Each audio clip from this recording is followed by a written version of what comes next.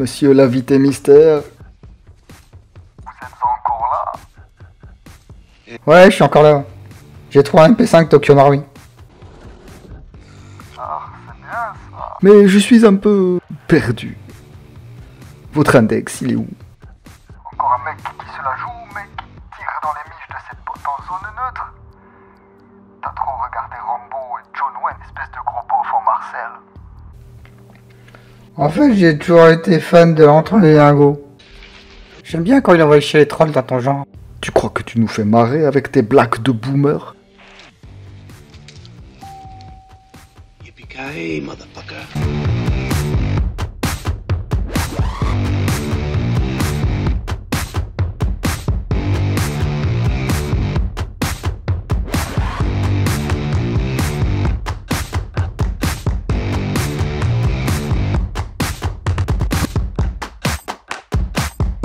Merci Bruce, ça fait plaisir. Bah écoutez, bonjour à tous et bienvenue dans l'antre. Aujourd'hui, effectivement, pour une nouvelle vidéo de présentation de réplique. Et il s'agit du tout nouveau MP5 A5 de chez Tokyo Marui, une réplique d'AEG, certes, next gen. Et là, on va une étape plus haut avec Tokyo Marui, parce qu'ils ont inclus cette fois-ci de l'électronique dans leur réplique avec des capteurs magnétiques. 7 capteurs magnétiques, on en reparlera tout à l'heure. Alors c'est pas la première fois qu'ils mettent des capteurs et des FET et des contrôleurs dans leur réplique, hein. Mais aussi poussé que ça, là on peut dire que c'est la première fois. Et c'est une réplique que je me suis procurée chez Impulse 101. Ici c'est le pack avec un chargeur supplémentaire qui est à 58 980 yens. Ça fait 455 €. Vous pouvez l'acheter seul, sans le chargeur supplémentaire. Mais là on passe à 55 500 yens. Ça fait au cours d'aujourd'hui 428 €. Je tiens d'ailleurs à remercier Impulse 101. Il m'a mis un exemplaire de côté quand la réplique est sortie. Vous savez que les premières séries sont souvent assez limitées. Tokyo Marui n'a pas une capacité de production énorme. Donc il y a un certain nombre de répliques, il y a un certain nombre de chargeurs. Certains d'entre vous ont peut-être été déçus de ne pas avoir tous les chargeurs qu'ils voulaient avec la réplique. Mais les boutiques font un petit peu avec les stocks qu'ils ont. Ça va arriver, ça va arriver. Ne cédez pas à la spéculation les gars. On a vu des chargeurs de MP5 Tokyo Marui se vendre à plus de 50 €. Le prix au Japon d'un chargeur c'est 27 €. Donc n'allez pas au-delà de 35 je dirais. Voilà. Le MP5 A5 c'est pas mon modèle de prédilection. Je préfère les modèles SD, SD6 en particulier. Mais je ne pouvais pas passer à côté de cette nouveauté, je ne pouvais pas ne pas vous la présenter. Mais alors que le MP5 a fêté ses 50 ans en 2014, 60 ans donc dans 3 ans, j'ai peut-être un t-shirt un petit peu plus adapté.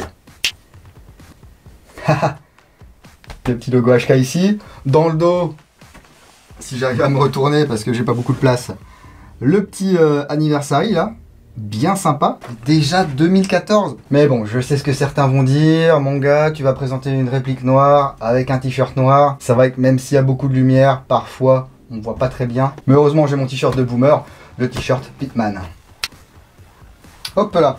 Allez, on va rentrer dans le vif du sujet, hein. La réplique est livrée dans une boîte très très jolie, comme bien souvent. Alors cette fois-ci, on n'a pas un visuel de la réplique, mais il y a une texture sur la boîte. C'est très très chouette. Une surimpression ici en lettres argentées sur le côté également. Next Generation AEG. Machine and Pistol 5 A5. C'est A en allemand, ouais. A, B, C, D, E, F, G. Ouais, c'est ça. M System. Ça, c'est nouveau. Magnetical Fire Control System. Je vous en parlais, hein. 7 capteurs magnétiques sur cette réplique. Le petit ruban. Arigato, Tokyo Marui. Ouvrons cette boîte. Alors elle a un petit peu souffert dans le transport, hein, comme c'est assez souvent le cas. Parce que ça tombe beaucoup, hein, un colis. Comme d'hab, des pads collés sous le couvercle pour maintenir le contenu. Ici, on va sortir l'enveloppe qui contient le manuel et les différentes parties de la documentation de cette réplique. Ils font ça bien quand même, hein, Tokyo Marui. Bediener Handbuch, eine Anleitung zur Anhabung liegt bei. Bitte bewahren Sie es griffbereit auf, damit Sie es jederzeit überprüfen können. Je suis désolé, franchement. Bruce, if you're watching this video, I'm really sorry about my German. Entschuldigung. Achten Sie bitte auch darauf, dass Sie es nicht verlieren. Ok. Bon, alors entre le japonais, l'allemand, l'anglais, c'est plus une vidéo d'airsoft, c'est United Colors of Benetton. Ok, ça a quand même un tout petit peu souffert à l'intérieur. On a une petite boîte ici avec les accessoires qui est un tout petit peu écrasée. Je vous montrerai ça dans quelques instants. Ce qui frappe, c'est qu'on soulève cette boîte et c'est très très lourd. J'avais justement un MP5 SD, moi, de chez Tokyo Marui il y a quelques années. Entre le tout plastique, ça craquait, machin et tout. Là, on a vraiment l'impression d'avoir quelque chose dans la boîte. D'ailleurs, je vous parlais des accessoires. Hop là. Donc, la voici. La petite fausse boîte. 9 mm Luger, accessory box. Des billes. Un bouchon de sécurité. Une clé Allen.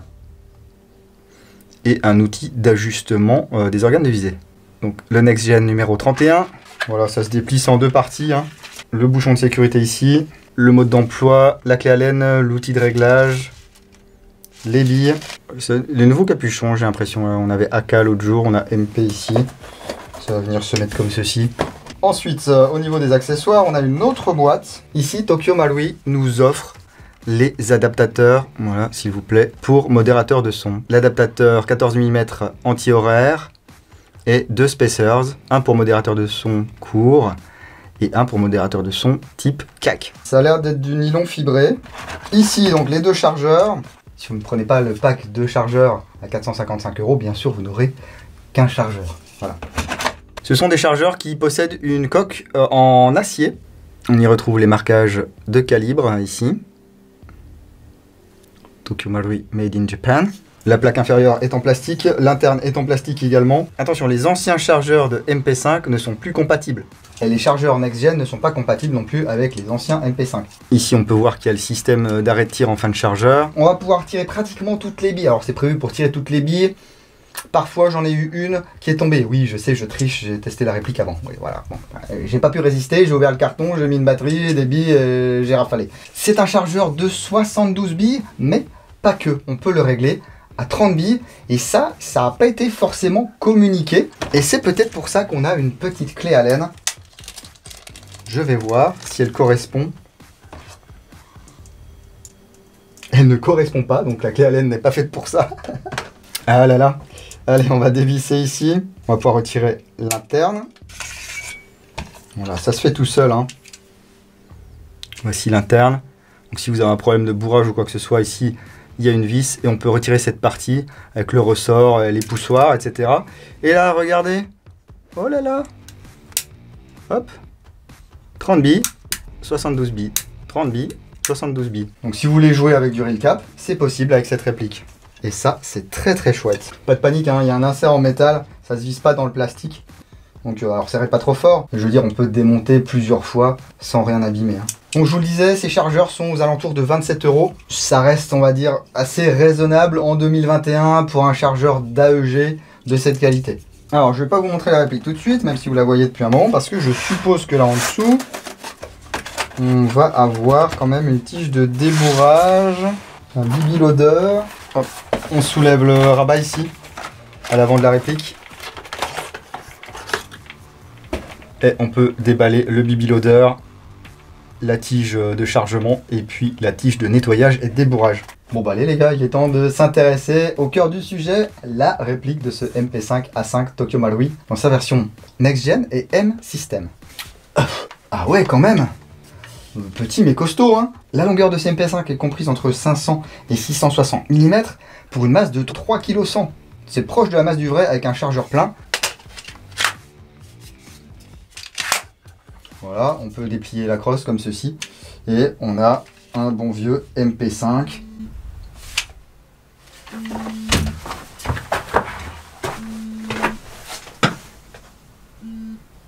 Vous voyez qu'est-ce que c'est? Ah! Oh! Konnichiwa! Ah, regardez! Regardez qui c'est qui est là! Bon, il a un masque, on le reconnaît pas. Ça va ou quoi? Bah bien. Je me suis dit, il est en plein tournage, je vais l'embêter. Bah oui, tu m'embêtes, je suis en plein tournage, mais c'est pas grave, qu'est-ce que je peux faire pour toi? Je sais pas, c'était juste pour te montrer qu'on avait quelques chargeurs qui étaient arrivés. Ah, quelques, c'est-à-dire 4? On va dire ça, ouais. Parce que j'étais justement en train d'expliquer il y a pas longtemps dans la vidéo que souvent, ben, quand les premiers arrivages étaient disponibles, il n'y avait pas beaucoup de chargeurs. On ne sait pas pourquoi, mais c'est toujours un peu le phénomène qui arrive avec les nouveautés Marui. C'est pareil pour le marché japonais, hein, ils sont tous à fond. Et ce qui fait qu'on trouve des chargeurs très vite qui montent les prix, mais ça, du double ou triple. Bah oui, il y en a eu à plus 60 balles quasiment, là, 60 euros. J'en ai vu à 10 000. 10 000 yens. Et il faut savoir que quand la MWS elle est sortie, on a vu des chargeurs qui sont sortis, ils étaient à 20 000 yens sur certains sites. 20 000 yens. Vachement connus, hein. Ah non, ils abusent. Ouais, carrément. Alors que là, toi tu les vends, ils sont aux alentours de 27 euros. Bah là, ils sont à 3480. Ouais, c'est ça, 27 euros. Prix catalogue, parce que bon, voilà, quoi, on a très peu. Je peux pas me permettre non plus, c'était le Covid, c'était tout ça. Vous savez très bien que, voilà, niveau entreprise, c'est pas la fête. Ouais. Donc, voilà. Ok. Bon. Bah, amuse-toi bien avec la nouvelle réplique, en tout cas, elle est excellente. Moi, bah ouais, elle est lourde, hein, dis donc, je viens de la déballer là, plus de 3 kilos là.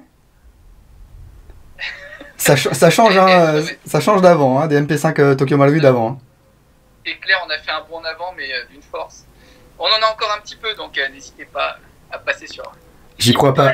Je lui envoie un message tout à l'heure en disant que je vais tourner la vidéo. Il m'appelle pendant la vidéo pour faire sa pub. J'y crois pas, quoi. Impulse 101, les gars. Ah, il faut faire la pub à fond. Bon, bah, Julien. Pas plus longtemps. Merci pour ton appel. Bonne vidéo. Merci, à bientôt, salut. On peut pas être peinard, je sais plus ce que je disais. Oui, c'est lourd. Mais, bon, les puristes, les aficionados du réalisme ne seront pas satisfaits parce que, une fois de plus, il n'y a pas beaucoup d'acier sur cette réplique. Le receveur supérieur est en alliage, le canon externe est en alliage, les organes de visée sont en alliage, les tiges de crosse sont en alliage, mais ça bouge quasiment pas d'un pet. Hein. Je vous en reparle dans quelques minutes. Par contre, grosse nouveauté chez Tokyo Marui, Excite l'ABS pour cette réplique. Bonjour nylon fibré. Ça c'est bien, polymère renforcé, fibre de verre. Je crois que c'est une des premières fois, si ce n'est la première fois que Tokyo Marui utilise ce matériau dans une réplique. Donc ça c'est très chouette. Un polymère fibré comme ça, c'est quasiment incassable en utilisation normale. Donc ça c'est super bien. Écoutez ça, écoutez. Ça craque pas, mon SD6 les gars, mais je le prenais, ça fait coin, on aurait dit un FAMAS. Oh franchement, c'est super chouette. Mais voilà, comme je vous le disais, les gens qui sont à fond RS, machin, ça leur plaira peut-être pas, bien qu'il y a quelques petites fonctionnalités assez sympas. Alors certes, c'est pas un GBBR, c'est un EBBR, Electric Blowback Rifle. On aura une petite sensation de recul comme sur tous les next-gen Tokyo Marui, mais ça vaut pas le bon vieux kick d'un MP5 WE par exemple ou VFC. Hein. Le revêtement, c'est un powder coating, donc revêtement par poudre, peinture en poudre, et certainement, je sais pas si c'est passé au four ou s'il y a un traitement particulier. En tout cas, le rendu est très sympa. Hop, oui, toutes les pièces en plastique sont en nylon fibré. Alors on va commencer bien sûr par les marquages de cette réplique Tokyo Marui. Ici on commence par les marquages qui fâchent, hein. Marquage Airsoft Made in Japan Tokyo Marui, ASGK, hein, l'association Airsoft japonais. Le sélecteur de tir, regardez, on est du côté droit de la réplique, il y a un sélecteur de tir, 4 positions. Le sélecteur de tir est ambidextre les gars. Ça c'est chouette, et oui, il y a bien un burst de 3, c'est pas là pour faire joli, quand vous enclencherez la position, il y aura bien un burst de 3. L'écran du sélecteur, pareil, on était habitué avec les MP5 d'avoir des trucs un petit peu tout mou, tout bizarre. Là, il y a eu un vrai travail de fait sur l'écran du sélecteur. On se demande pas, voilà, est-ce que je suis entre deux, est-ce que je suis bien en semi, est-ce que je suis bien en safe. Non, là, il n'y a vraiment aucun souci. On sait ce qui se passe. Il y a un petit autocollant ici sur la fausse culasse. Enfin, c'est une fausse culasse, mais c'est un vrai ensemble mobile du coup. Je suppose, je ne parle pas japonais, je ne lis pas non plus, que ça veut dire attention les doigts, parce que lorsque vous allez tirer, eh bien, ça va bouger ici. Hein. De l'autre côté du receveur, les marquages de calibre, mais les marquages de calibre de l'arme réelle. Hein. En allemand en plus, avec un beau Karl 9 mm. Je ne sais pas si on dit millimètre. Voilà, avec une attache ici qui, elle, est en acier par contre. Et sur la partie supérieure de la réplique, ici, on retrouve le modèle, le numéro de série, les proof marks. On a donc une crosse dépliable avec son loquet qui est ici. Voilà, donc j'ai position fermée, position ouverte. Il n'y a pas d'intermédiaire, soit c'est à fond vers l'avant, soit c'est à fond vers l'arrière. Il y a un léger jeu, bien sûr, hein. Mais ça n'a rien à voir avec les crosses précédentes. Hein. La plaque de couche ici est en nylon fibré, cette pièce également. L'anneau de sangle arrière est en acier. La poignée pistolet, je ne vous la présente plus, hein. C'est une poignée pistolet de MP5, avec le pontet ici, la queue de détente. Alors écoutez, les gars, Tokyo Marui, hein. On est d'accord, 2021.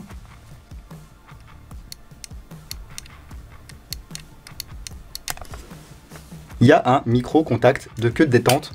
Et ça, c'est très très bien. Le bouton d'éjection du chargeur ici, avec la palette d'éjection du chargeur ici. Donc deux manières d'éjecter le chargeur de ce MP5, soit ici par en bas, soit là sur le côté si vous avez un index de poulpe. Idem, une fois que le chargeur est dedans, il n'y a quasiment pas de jeu. Le garde-main est également en nylon fibré. Il y a un léger jeu, mais rien de méchant, hein. Autre partie en nylon fibré, la manette ici du levier d'armement. Levier d'armement qui lui est en métal. Tokyo Marui nous a dit on le renforce ce levier parce qu'on sait que vous adorez faire le HK slap. Eh bien vous allez pouvoir slapper. Alors on ne slappe pas comme un bourrin avec un marteau. N'est-ce pas monsieur Badabing? Et ce levier d'armement, ce qui est très intéressant sur ce MP5 Next Gen, c'est qu'il est fonctionnel. Si vous avez activé l'arrêt de tir en fin de chargeur, lorsque vous n'aurez plus de billes, vous avez beau remettre un nouveau chargeur, si vous n'actionnez pas le levier d'armement, vous ne pourrez pas tirer. Ce levier d'armement, il nous servira également pour activer et désactiver la fonctionnalité d'arrêt de tir en fin de chargeur. Ça a beau être de l'alliage, c'est assez sympa parce qu'on retrouve des fausses soudures ici. Ici également au niveau de la hausse. C'est assez sympa. Un autre anneau ici devant. Voilà, l'avant de la réplique avec le guidon. Et donc ici la possibilité de venir mettre l'adaptateur comme ceci. Voilà, il y a un ressort. On tourne. Et voilà, on va pouvoir visser un modérateur de son. Là où c'est réglable, on a un outil pour régler ici la tourelle, une vis ici, et 4 orifices de taille différente. Voilà. À l'avant, par contre, c'est un guidon fixe, et le cran est protégé ici par ce canal, ce tunnel. Voilà, je vous le disais, je suis pas très fan du modèle A5, vous changez le canon et le garde-main. Modèle SD, je prends. Pour installer une batterie, c'est pas compliqué. On ôte la goupille du garde-main. On ôte le garde-main. Ici, on bascule vers l'avant et ensuite on tire vers l'avant pour trouver ici cette prise mystérieuse. Alors, c'est une prise mystérieuse avec un adaptateur Tamiya Mini, bien sûr. Alors, ça, c'est la connectique, voilà, 3 broches qui alimentent la réplique. D'après ce que j'ai compris, Tokyo Marui va sortir des batteries LiPo avec cette connectique, mais il y a peu de chances que nous puissions nous les procurer pour l'instant en France parce que la plupart des boutiques n'ont pas le droit d'envoyer des LiPo par avion. Faut que ça arrive par bateau, ça. Donc voilà, il y a de la place. On voit le canon interne ici. Il n'y a pas de jeu, on verra pourquoi tout à l'heure. Et alors ce qui est chouette, c'est qu'on va pas se mettre la rate au courbouillon pour chercher une batterie qui va bien. Soit vous êtes un petit peu ancien dans le métier et puis vous avez encore des batteries 8V4 Eni CD de chez Tokyo Marui. Soit ici, j'ai une batterie équivalente, mais en LiPo 7V4. Je vous mets la référence ici, voilà, parce que sinon vous allez me poser la question. C'est donc une Turnigy 7V4 1500 mAh. Ces batteries font quasiment exactement la taille des batteries mini de chez Tokyo Marui. Il y a un autocollant dans le garde-main, mais je ne sais pas du tout ce que ça veut dire. Peut-être qu'il faut faire attention au fil ou... je ne sais pas. Attention à ne pas coincer les câbles ici. Ça faut que ce soit libre. Voilà.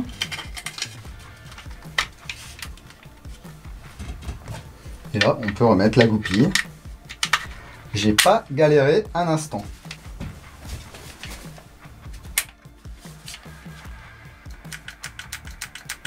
Ah! Ah bah oui, j'ai pas armé la réplique. Ok? Oui, c'est pénible, je veux tirer à vide, etc. Tu veux tirer à vide, mon copain? Regarde, tu tires le levier d'armement 3 fois en moins de 2 secondes. Ici, tu as une LED bleue qui s'allume.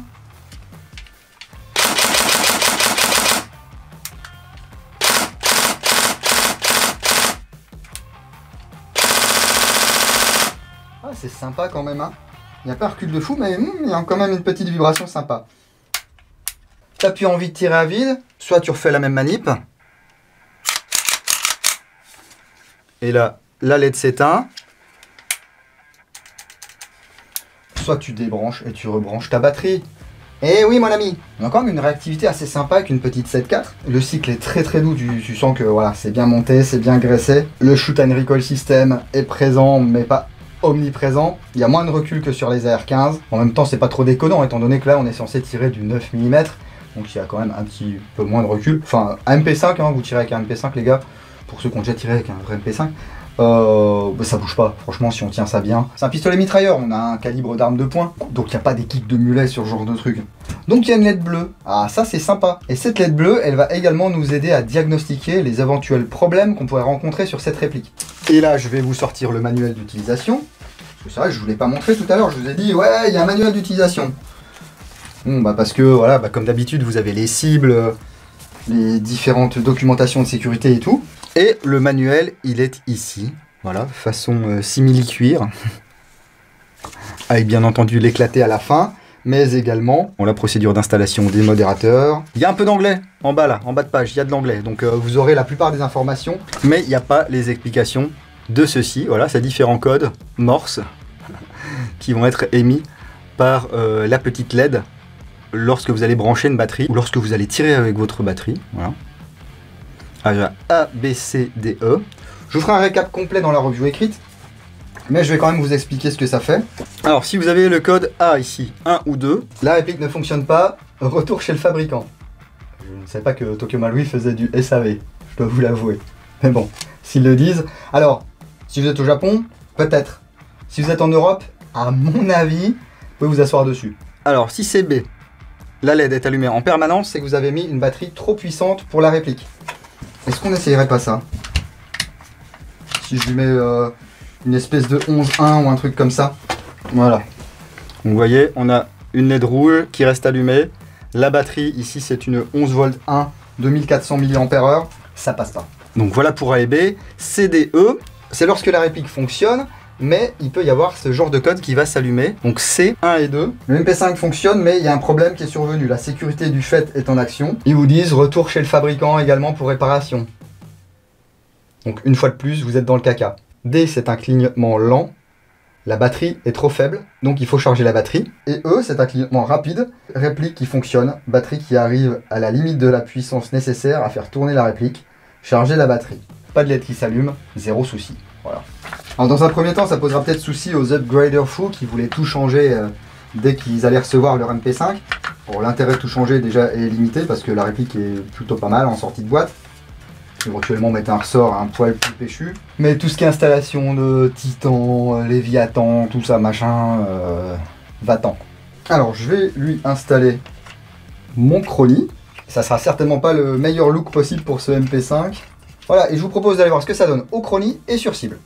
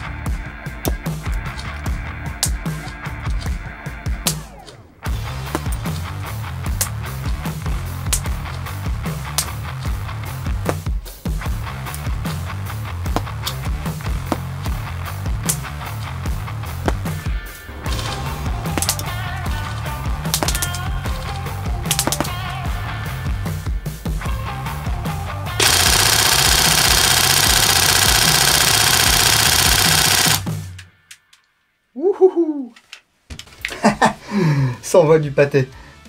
Je vous parle de ça dans une prochaine vidéo. Bon bah c'est du Tokyo Marui quoi, on est en dessous de 0,9 joules et on peut quand même toucher une cible à une cinquantaine de mètres en sortie de boîte. Ici j'ai utilisé de la bille 0,20 pour le Crony, 0,23 pour les tirs, parce que c'est ce qui me convient le mieux pour ce type de réplique à ce type de vélocité. Je vous disais tout à l'heure qu'on avait une culasse mobile. On va pouvoir ici la faire reculer pour accéder au réglage du hop-up. C'est une petite molette à laquelle on peut également accéder ici par le puits de chargeur. Donc excite la petite languette sur le côté. Maintenant, c'est une molette. Ça ressemble un petit peu au bloc hop-up de M4 Next Gen. Voilà. En tout cas, c'est très très fun à utiliser. Avec une Lipo 7.4, la réactivité est sympa, la cadence de tir est sympa. Vous voyez, on est à peu près à 15 billes secondes. C'est largement suffisant pour ce qu'on en fait. Je pense que si j'ai l'occasion de l'amener en CQB, ça sera vraiment un grand plaisir d'utiliser cette réplique. Alors attention, si vous voulez modifier quelque chose là-dedans, le joint est un joint d'AEP. AEP les gars, pas d'AEG ni de VSR10, c'est un joint d'AEP. Il y a des solutions qui existent pour remplacer le joint d'origine Tokyo Marui, même s'il fonctionne très très bien. Je vous ai présenté une alternative l'autre jour avec les joints Begady, mais il y a d'autres marques qui vont sortir leurs joints. Donc restez connectés si vous êtes intéressés. Voilà, je sais que certains d'entre vous seront certainement déçus, ils voulaient mettre peut-être du Maple Leaf ou quelque chose comme ça dedans. Pour l'instant, ça n'est pas possible. Il n'y a pas non plus de système de changement de ressort rapide, car au Japon, ils n'ont pas vraiment envie que vous modifiez l'énergie de sortie de bouche de votre réplique. Ils ont un maximum légal qui est relativement bas, qui est 2 fois plus bas que le nôtre, hein, même un petit peu plus. Donc si vous voulez mettre un ressort un petit peu plus péchu là-dedans, il faudra ouvrir. On verra ce qu'il y a dedans. Alors, j'étais assez surpris dans l'AK Type 3 qu'ils ont sorti. Il n'y avait plus le ressort qui était attaché au piston. Donc ça, c'est cool. Ça permettait de changer le ressort directement et puis de sortir rapidement dans les 350 fps. Ici, est-ce que j'ai envie d'avoir 350 fps sur cette réplique? Au pire, je mettrais peut-être un petit 601, voilà, un PDI ou une autre marque pour augmenter légèrement la vélocité aux alentours des 315-320 fps. Mais si vous voulez jouer en forêt, bien entendu, bah, il faudra peut-être passer par la case upgrade, même si là, franchement, à 50 mètres d'origine, ça va aller sur votre cible. Je suis pas un grand fan des organes de visée d'origine du MP5, mais on a les empreintes ici pour pouvoir mettre une griffe. J'ai une griffe RS de marque UTG. Je verrai si je peux la monter sur ce MP5 Tokyo Marui. Il me semble que j'avais dû légèrement les modifier pour monter ça sur mon MP5 à gaz WE. Donc on verra si ça passe. C'est un nouveau standard, voilà. C'est Tokyo Marui déjà qui avait inventé la mécanique du MP5 d'origine, qui a été copié, recopié et abusément recopié par un petit peu tout le monde. Et bien là, ils ont fait table rase de ce qui se faisait. C'est pour ça aussi que ces répliques sont relativement chères. Ce qui coûte très très cher au-delà de la production, c'est toute la recherche qu'il y a derrière, hein. Des ingénieurs japonais, je pense qu'ils prennent pas le même tarot à la fin du mois qu'un ingénieur de l'autre côté de la mer de Chine. Alors est-ce qu'on peut démonter des trucs là? Je sais pas, je vois des goupilles. Voilà, on peut enlever la crosse, je pense. Oui, exactement. Bon bah vous voyez hein, ici, à l'arrière de la gearbox, vous pouvez dire adieu au système de changement de ressort rapide. Là on va pouvoir ôter l'adaptateur. Pour ceux qui se posent la question, ceci c'est le Haystack Raider. Je vous en parle dans très peu de temps. Une autre goupille ici, oui forcément. Hein. C'est un MP5.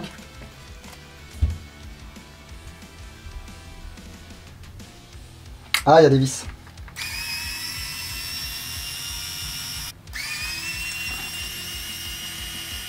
Ok, il y a 2 longues vis. Ok, ah c'est monté sur ressort, d'accord, il y a le ressort du canon interne. C'est quoi? Oula, du canon. Alors ici il y a un truc qui coulisse, je sais pas ce que c'est. Ok, il y a une goupille là.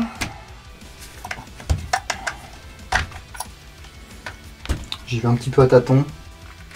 Oula, oui, je me pince le t-shirt. Ok, on coulisse vers l'avant, très doucement. Ouais, c'est lourd, c'est assez rigide ça, hein, ce receveur.